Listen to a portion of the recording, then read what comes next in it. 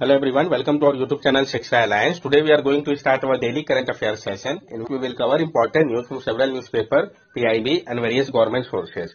So let's begin our session. Our first topic is uranium 241. तो हम जानेंगे uranium 241 के बारे में. Recently, physicists in Japan discovered a previously unknown isotope of uranium with atomic number 92 and mass number 241. That is uranium 241. Physics where in search of a magic number.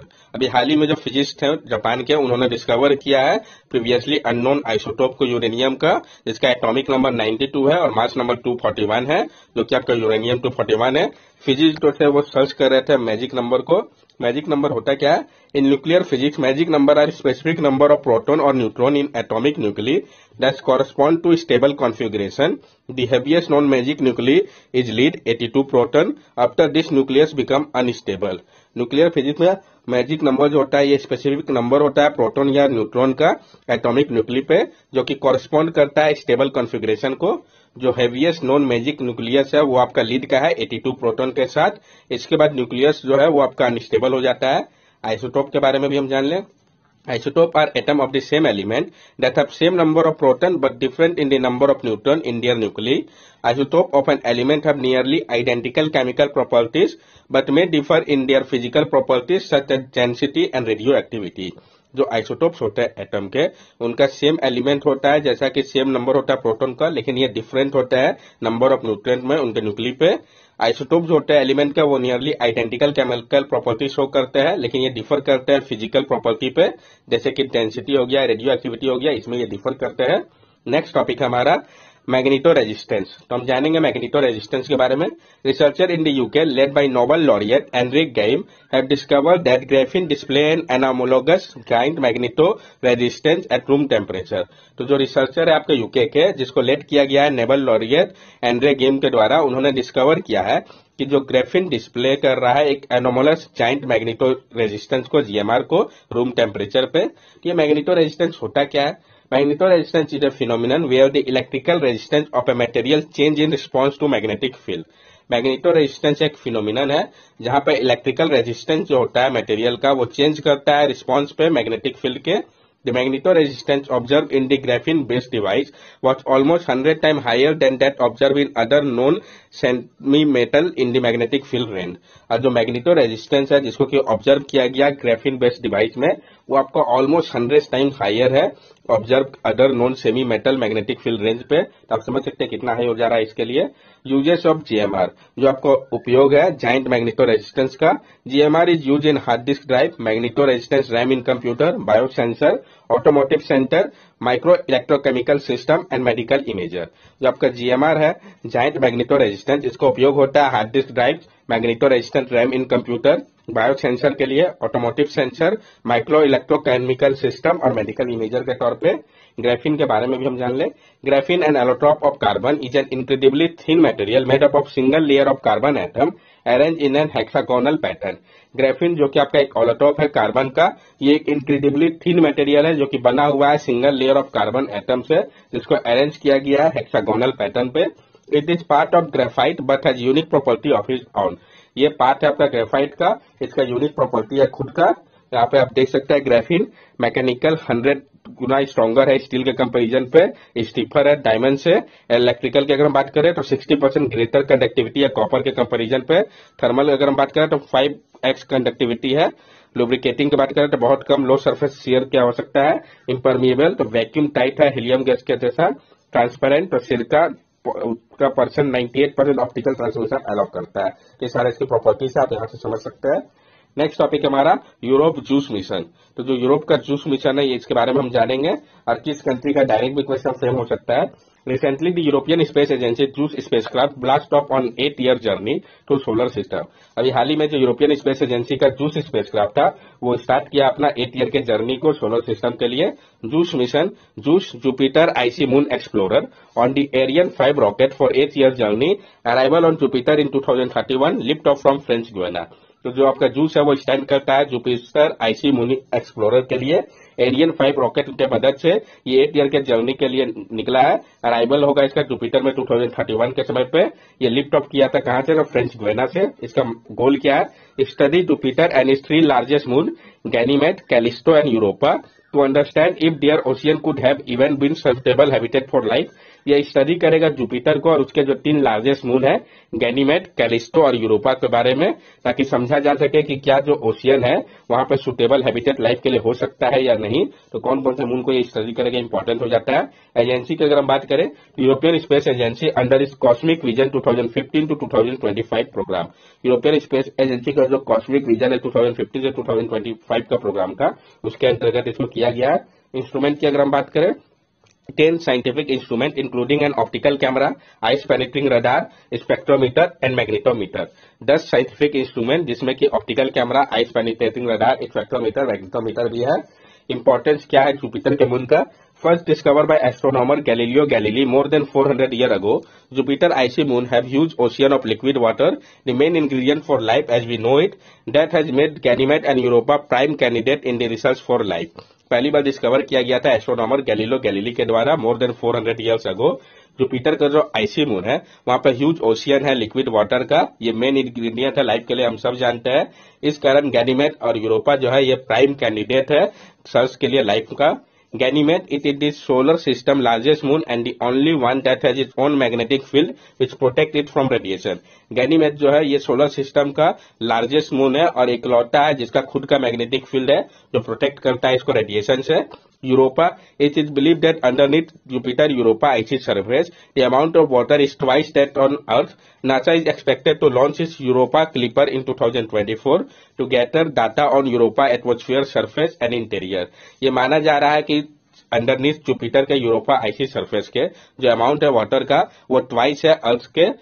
NASA expect कर रहे हैं कि वो launch करेंगे अपने Europa clipper को 2024 पे, ताकि वो गैदर कर सके डाटा को यूरोपा एटमॉस्फेयर, सरफेस और इंटीरियर को लेके। क्या सिग्निफिकेंस है इनका? The first time ESA sent a spacecraft beyond the asteroid belt. ये पहली बार है कि यूरोपियन स्पेस एजेंसी ने भेजा स्पेसक्राफ्ट को बियॉन्ड एस्टेरॉइड बेल्ट के। नेक्स्ट टॉपिक हमारा unified portal of central bureau of narcotics. तो जो यूनिफाइड पोर्टल है सेंट्रल ब्यूरो ऑफ नार्कोटिक्स का, इनके बारे में हम जानेंगे। सेंट्रल ब्यूरो ऑफ नार्कोटिक्स ने लॉन्च किया एक यूनिफाइड पोर्टल को ताकि फैसिलिटेट करे ये लाइसेंसिंग और एक्जिम एक्सपोर्ट इंपोर्ट ऑथोराइजेशन में फार्मास्यूटिकल और केमिकल इंडस्ट्री के लिए। मकसद क्या है इसका? to instill efficiency, transparency and accountability within the department while ensuring the availability of essential narcotic drugs to patient and their family। ये इंस्टिल करेगा जो एफिशिएंसी, ट्रांसपेरेंसी और अकाउंटेबिलिटी है डिपार्टमेंट के अंदर, और ये इंश्योर करेगा कि जो अवेलेबिलिटी है एसेंशियल नार्कोटिक ड्रग्स का पेशेंट और उनके फैमिली तक समय पर पहुंच सके। फीचर्स क्या होगा इस पोर्टल का? तो cloud based storage, simplified process and database integration other government services के साथ, जैसे कि जिसमें इंक्लूडेड होगा आपका भारत कोर्स, GST, PAN, NSDL validation, e Sanchit, UIDAI, इस सबको इंक्लूड किया गया है जो ताकि जो समय लगता है वो कम से कम हो सके। CBN, central bureau of narcotic के बारे में भी हम जान लें। Central Bureau of Narcotics, established in 1950, headquartered in Gwalior, is affiliated with Indian Department of Revenue, Ministry of Finance, and regulated by the country's Central Board of Indirect Tax and Custom। जो आपका central bureau of narcotic है जिसको establish किया गया था 1950 पे, इसका headquarter Gwalior में। ये एफिलेटेड है Indian department of revenue, ministry of finance से, और इसको रेगुलेट किया जाता है कंट्री के central board of indirect tax and custom के द्वारा। मेन फंक्शन जो है आपका सेंट्रल ब्यूरो ऑफ नार्कोटिक्स का कि ये स्टॉप करे ओपीएम के प्रोडक्शन को और जो ट्रेड होता है, और इश्यू करे लाइसेंस को प्रोडक्शन को लेकर लीगल सिंथेटिक ड्रग के लिए। ये इंप्लीमेंट कर रहे हैं बहुत सारे यूनाइटेड नेशन कन्वेंशन को, और जो प्रोविजन है एनडीपीएस एक्ट 1985 का, इसको ये इंप्लीमेंट करते हैं। नेक्स्ट टॉपिक हमारा जीरो क्लिक स्पाईवेयर। तो हम जानेंगे जीरो क्लिक स्पाईवेयर के बारे में। An Israeli company, Quadrim Limited spyware has been used against journalists, opposition figure and advocacy organization across at least 10 countries, according to new research published by Microsoft Corp and Internet Watchdog Citizen Lab। जो Israeli company है क्वाड्रिम limited spyware, उन्होंने use किया गया इसका journalist, opposition figure और advocacy organisation के खिलाफ कम से कम 10 कंट्री पे। एक न्यूज और रिसर्च जिसको कि पब्लिश किया गया माइक्रोसॉफ्ट कॉर्प और इंटरनेट वॉचडॉग सिटीजन लैब के द्वारा, उसमें कहा गया है ये स्पाईवेयर होता क्या है। स्पाईवेयर रिफर करता है वैसे सॉफ्टवेयर प्रोग्राम को जिसको डिजाइन किया गया है कलेक्ट करने के लिए डाटा को कंप्यूटर या डिवाइस से बिना यूजर के नॉलेज या कॉन्सेंट के। जीरो क्लिक स्पाईवेयर क्या है फिर? तो नाम जैसा बता रहा है कि बिना क्लिक के ही काम करेगा। तो ये आपका एक no interaction needed hacking tool है, जिसको कि कहा गया जीरो क्लिक। इसका मतलब है कि ये रिमोटली कंप्रोमाइज करता है डिवाइस को बिना ओनर के जाने हुए या ओपन किए हुए मैलिशियस लिंक को या डाउनलोड किए हुए टेंटेड अटैचमेंट को ये काम करता है। What are zero click attack? ये जीरो क्लिक अटैक है क्या? तो जीरो क्लिक अटैक जो है एक टाइप है साइबर अटैक का, जहां पर डिवाइस या सिस्टम कॉम्प्रोमाइज होता है बिना कोई इंटरेक्शन या एक्शन के यूजर के द्वारा।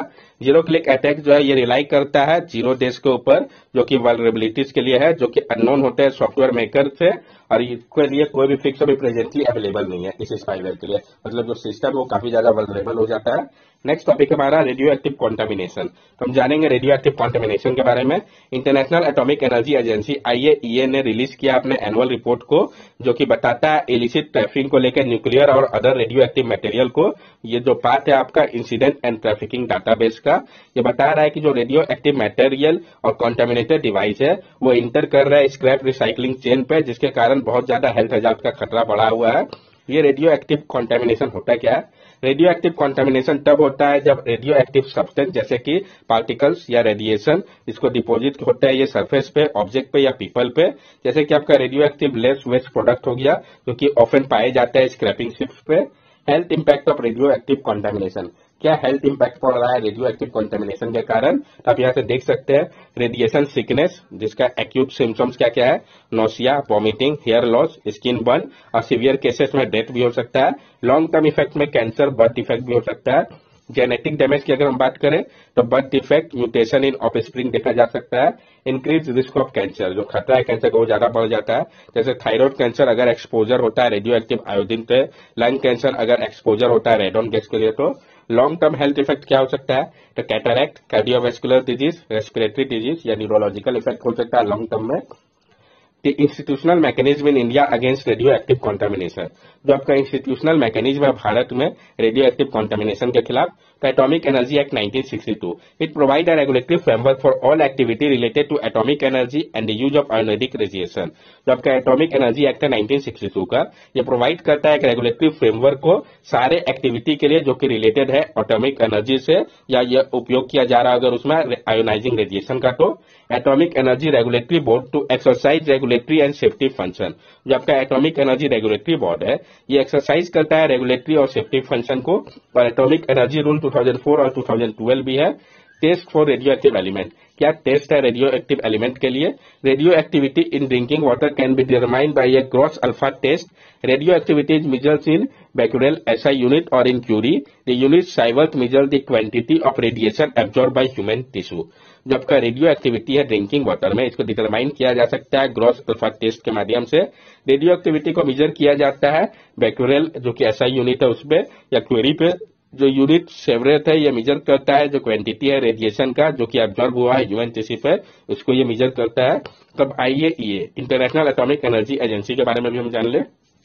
International Atomic Energy Agency, headquartered in Vienna, Australia, established in 1957, is an intergovernmental organization that seeks to promote the peaceful use of nuclear energy and to inhibit its use for any military purpose, including nuclear weapon. It was set up as the World Atom for Peace Organization. India is a member। जो international atomic energy agency है जिसका headquarter vena Australia पे है, इसको establish किया गया था 1957 में। ये एक इंटर गवर्नमेंटल ऑर्गेनाइजेशन है जो कि प्रमोट करता है पीसफुल यूज को न्यूक्लियर एनर्जी का, और ये इनहिबिट करता है इसके उपयोग को किसी भी टाइप का मिलिट्री पर्पस के लिए, जिसमें कि न्यूक्लियर वेपन भी आता है। इसको सेटअप किया गया था world atom for peace organisation के द्वारा, और भारत भी इसका मेंबर है। तो इसका मेंबर भारत एक लिए इंपॉर्टेंट है। इसका हेडक्वार्टर कहाँ पे, कब स्टैब्लिश किया गया, ये सारे पॉइंट इंपॉर्टेंट है, आपको मेमोराइज होने चाहिए। अब हम जानेंगे incident and trafficking database ITDB के बारे में। Incident and trafficking database established in 1995 to assist state on incident involving illicit trafficking and maintain and analyze report information to identify common threat, trend and pattern। जो आपका incident and trafficking database है जिसको establish किया गया था 1995 में, ये मदद करता है स्टेट को वैसे इंसिडेंट में जो कि इन्वॉल्व करते हो इलिसिट ट्रैफिकिंग या मेंटेनेंस को लेके। ये एनालाइज करता है रिपोर्टेड इन्फॉर्मेशन को जो आइडेंटिफाई करते हैं कॉमन थ्रेट, ट्रेंड और पैटर्न को। जो आपका इंसिडेंट एंड ट्रैफिकिंग डाटाबेस है ये आपका पार्ट है IAEA के न्यूक्लियर सिक्योरिटी प्लान का, जिसका मकसद है मदद करना स्टेट को इस्टेब्लिश करने में, मेंटेन करने में और सस्टेन करने में एक नेशनल न्यूक्लियर सिक्योरिटी रिजाइम को। That's all for daily current affair session. अगर आपको हमारी वीडियो अच्छी लगी हो तो हमारे चैनल सब्सक्राइब करें, हमारे वीडियो को लाइक करें और ज्यादा से ज्यादा शेयर करें। These are our social media link. From here also you can stay connected with us and give us your valuable feedback. Thank you and have a nice day.